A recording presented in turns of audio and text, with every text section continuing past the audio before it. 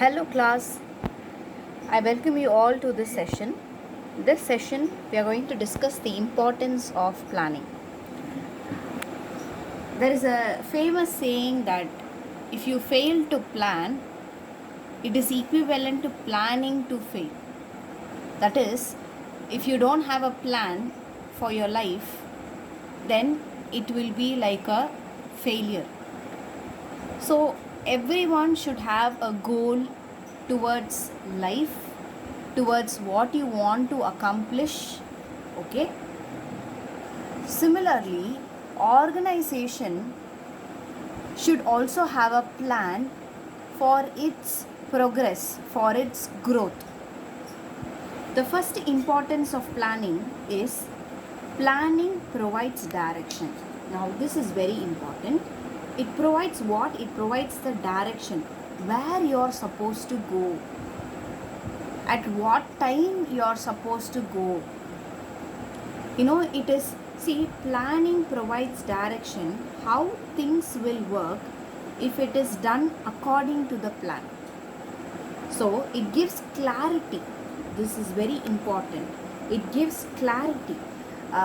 So planning is like taking a lamp and going towards forest.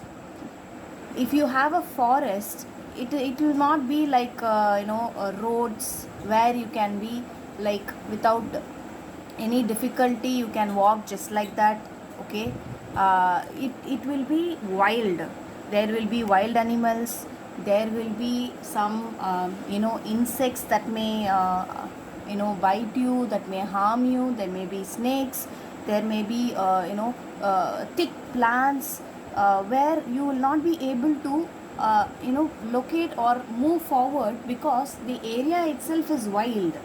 Okay, the area itself is very clumsy because of some wild kind of a thing, thick forest area. Suppose imagine that you are walking to the in the thick forest without a light. Imagine your state, how, whether you will be able to continue your journey? No. The light is equivalent to planning. If you have a small lamp, if you have a light, you will be able to at least see what it is next to your step. Obviously it gives clarity. So planning gives clarity of what to do and how to do. So departments are able to coordinate effectively. So first importance is it gives direction, no doubt about it. The second importance is planning reduces the risk of uncertainty. Now, I am not telling it will eliminate the risk of uncertainty. It reduces the risk of uncertainty. Now, planning means looking ahead, which means you are looking ahead the future. You are not looking backward, you are looking to the future with the help of information that is there. Okay. So, looking ahead, anticipate changes. This have a frame task to be done. Now, based on plan, we can deal with changes and uncertain events. Without a plan, whatever comes, let it come. We will tackle then and there. Then there will not be any systematic way of working at all. In day-to-day life also, if you do not have the systematic way of working, your stress level will be high. If you have a systematic way of working, okay, at this time I will wake up. Say for example, I will wake up at 6 a.m. Finish up all my morning activity and exercise and things like that. 8 o'clock I will have my breakfast and 8:30 I will be ready with for the day. If we are like this, then the things will be different. So planning reduces the risk of uncertainty. Suppose for example, if the organization is there, you are a CEO of a big concern. You have to make plans for the future. You have a very limited time.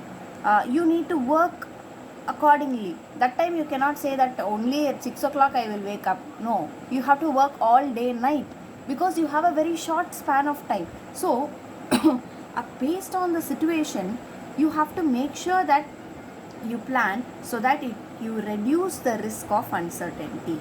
Okay, so based on plan we can deal with changes and uncertain events. Now, planning helps to reduce the risk of uncertainty by anticipating changes and developing managerial response to them. So it's very easy. So based on the changes in the situation, your management has to respond to that. Okay. So this is the second importance. Reduces the risk of uncertainty. Third one, what is the third one? You can see the third one as planning facilitates decision making. Now, any organization, if it is not able to make decisions on time, the organization will ultimately lose to its competitors. Okay, so there may be a lot of alternative course of actions. Alternative course of actions means, you suppose for example you want to build up a factory. Okay, you may have where to build, whether to build it in outskirts of Chennai, or to go to Mumbai, or in some rural areas you want to build some factory. So you have various alternative courses of choices. There may be positive side of the choice. Positive, each alternative course may have certain positive points, certain negative points. Okay, if you analyze, you will be able to come to know what are its positivity and what are its negative points. The more the positive points for a particular alternative course of action, you have to choose that only. Okay, so you are able to make a decision. You come to a decision. Okay, if I am constructing in Chennai, if I am constructing in Mumbai, obviously my cost is going to be very high, and I need to comply with too much of regulations given by the local authorities, and it's going to be very difficult. But if I am able to construct in a rural area, then my cost may be reduced. I may have a little flexibility. I may have some advantages towards tax holidays, tax reduction. So there is some advantages. So why not I will go to the rural area only, not to the urban area. So planning, first of all, you cannot have factories in the urban area. That's the rule. So just for an example I am telling you. Okay. So planning facilities decision making. Okay. The fourth one is planning reduces overlapping and wasteful activities. Now, overlapping and wasteful activities, what is this? See, planning is the basis of coordination of, it can be basis of coordination. Okay, what is basis of coordination? Without planning, no, you cannot coordinate things. Without planning, you cannot just like that coordinate with things. Suppose for example, there are two departments, sales department and production department. So there are two departments. Sales department has a target to sell, say for example 1 lakh units. Okay, some units, 1 lakh maybe furniture. Okay, 1 lakh units of furniture.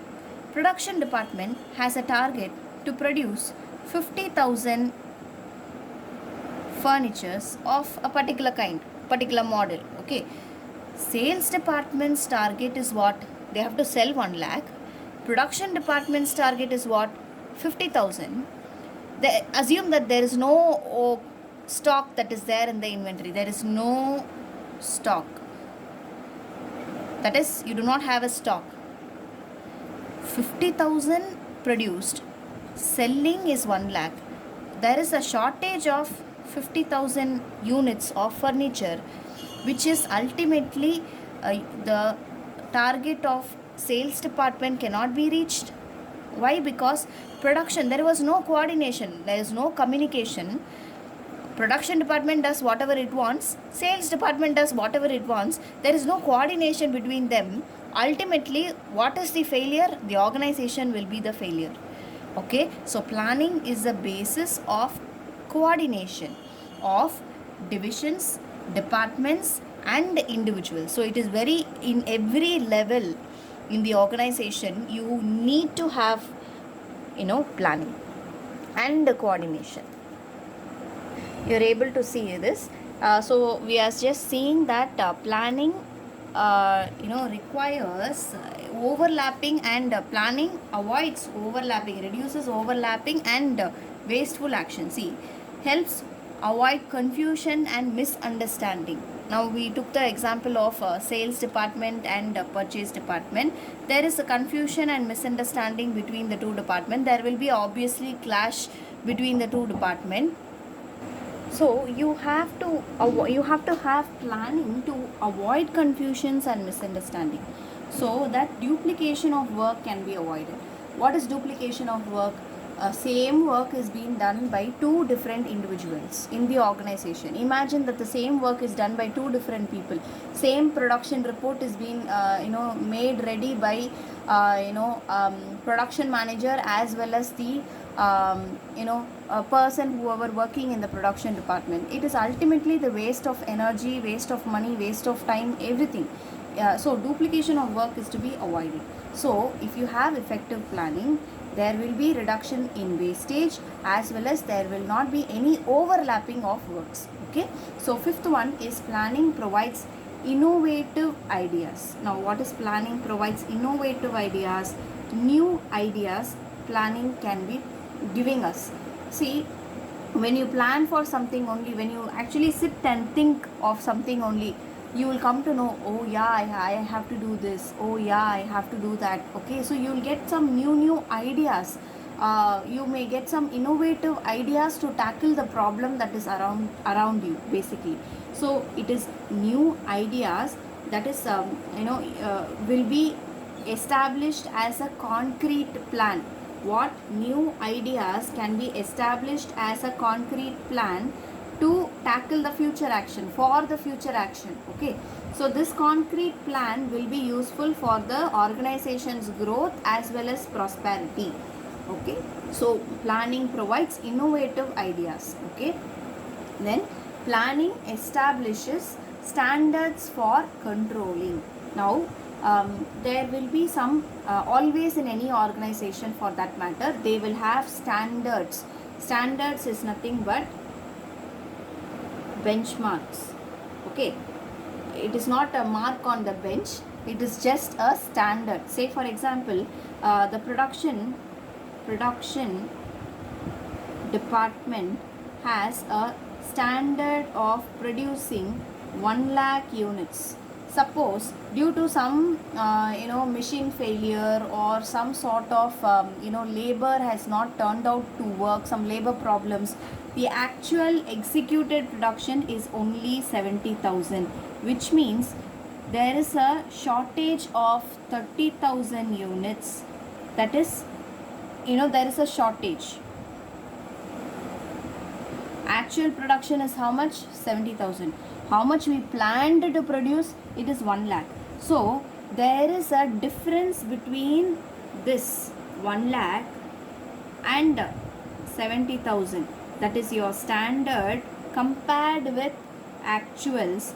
The difference is the mistake, or that needs to be rectified. Some sort of things need to be rectified. So later on when you are doing plan for next year, what do you can understand? No, see, there is some, unless and until we solve this kind of a problem, there is going to be some failure. We will not be able to meet the standards. So what you will try to do, you will take corrective measures. What corrective measures? Suppose the machinery is not working properly, then what you order some sort of maintenance team to come and solve this particular machinery's problem, so that you don't have this, don't have to face the problem anymore. You suppose there is a problem in the labor union, you call for a meeting. You talk with them, what is your problem? If you want some hike, we are ready to provide you hike, provided you have achieved this target. So you can talk something and come to a conclusion. Okay, so establish the standards for controlling. This is very important. So corrective measure is the control on situations that may lead to mistakes. So it is like controlling the thing. So these are the importance of planning. So we have just finished what are the importance of planning. So failing to plan is planning to fail. Number one, it provides direction. Number two, it reduces the risk of uncertainty. Number three, planning facilitates the decision making. Planning reduces the overlapping and wasteful activities. Then you have planning provides innovative ideas, and planning establishes standards for controlling. Okay, so these are all the importance of planning. I'll see you in the next class. Thank you, class.